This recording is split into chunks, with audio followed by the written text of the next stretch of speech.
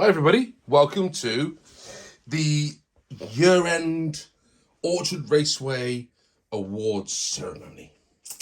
So what I'm celebrating today is those RCs that hit the track this year and, in my humble opinion, gave me some entertainment. And we start off with the top three. Third place, the Tamiya Hotshot. Second place, the Kyosha Ultima. And first place, the Tamiya Thunder Dragon. Our top three on the Orchard Raceway this season. But we do have some other awards to give out. So let me start with the first of those. It seems like a long time ago now, but this season's Wooden Spoon Award goes to the mighty Pump Box, which is also going to be one of our retirees this season. The Pump Box is not coming back for next season's Orchard Raceway.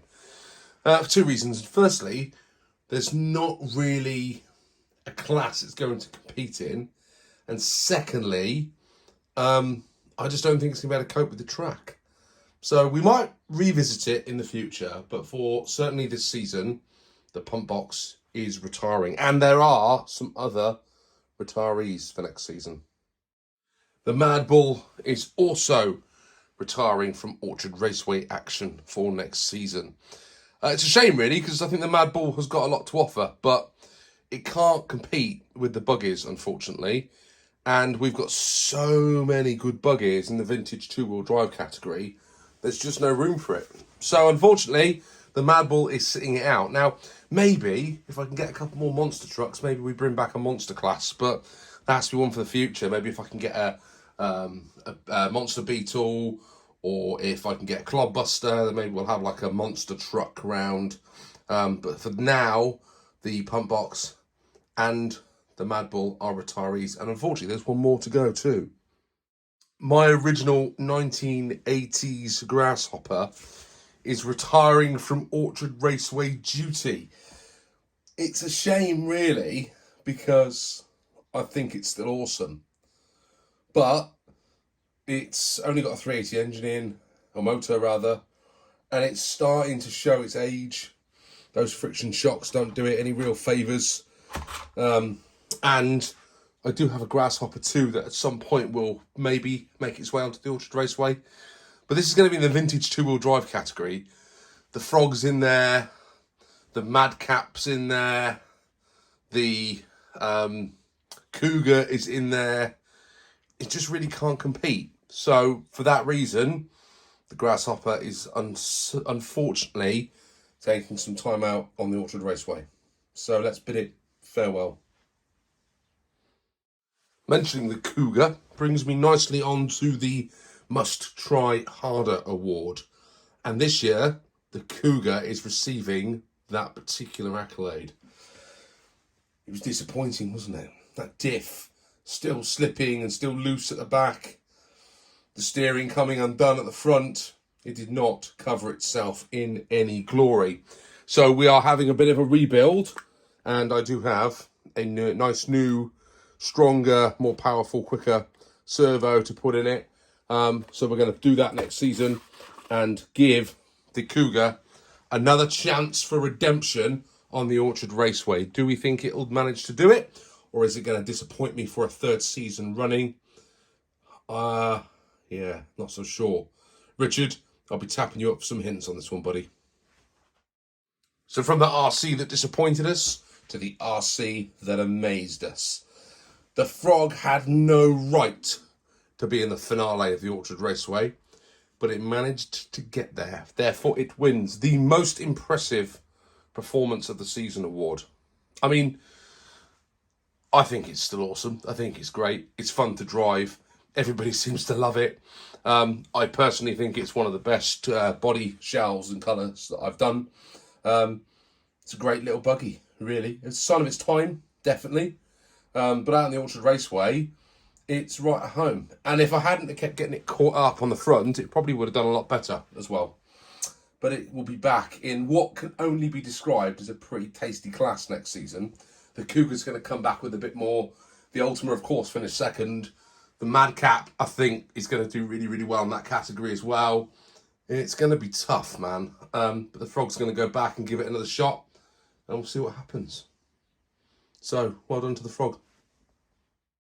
This season's OAG Special Award, just for being super cool, goes to Mini OAG's Derek Buggy. Derek's awesome.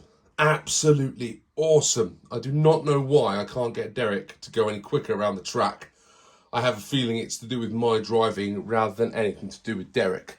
So Derek is going to be back next season, competing in the modern two-wheel drive category, because Derek has a modern under chassis, even though it is not a modern design in terms of the body shell.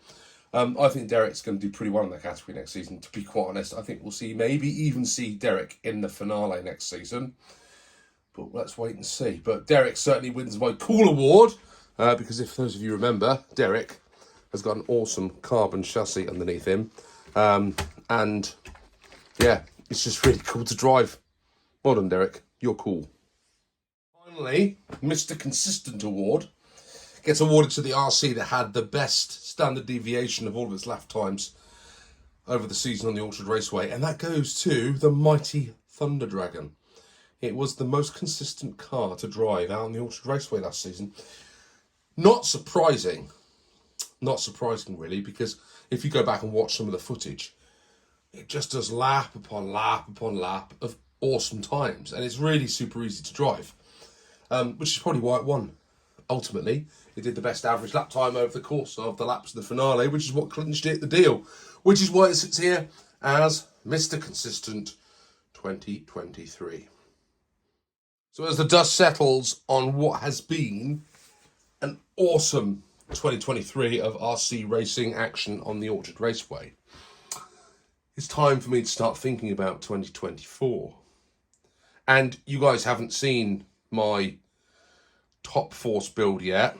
Ignore the fact that the front steering needs resolving. I've got way too much toe at the front of that model. But this thing is hitting the Orchard Raceway next season as one of our new rookie entries in the classic four-wheel drive category. And the XV01 makes its triumphant return to the Orchard Raceway. Because there are no jumps, it will be present in the modern four-wheel drive category, running up against the DF03 and the TT02B. And this one's going to be giving the Thunder Dragon a run for its money. I also have the TL01B, which is built from a chassis point of view. I just have the body to do. And I will also have the Optima Mid going up against this thing in the vintage category. I mean, the Thunder Dragon's going to have to work pretty hard, let's be honest, to retain its title next season.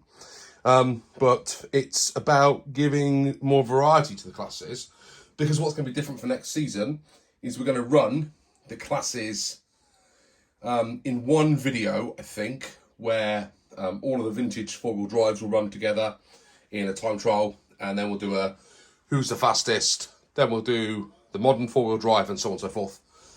There'll be somewhere between 16 to 17 competitors, and then each of the top cars on their category will go through to the Race of Champions, which will be a playoff similar to what we did last season, head-to-head.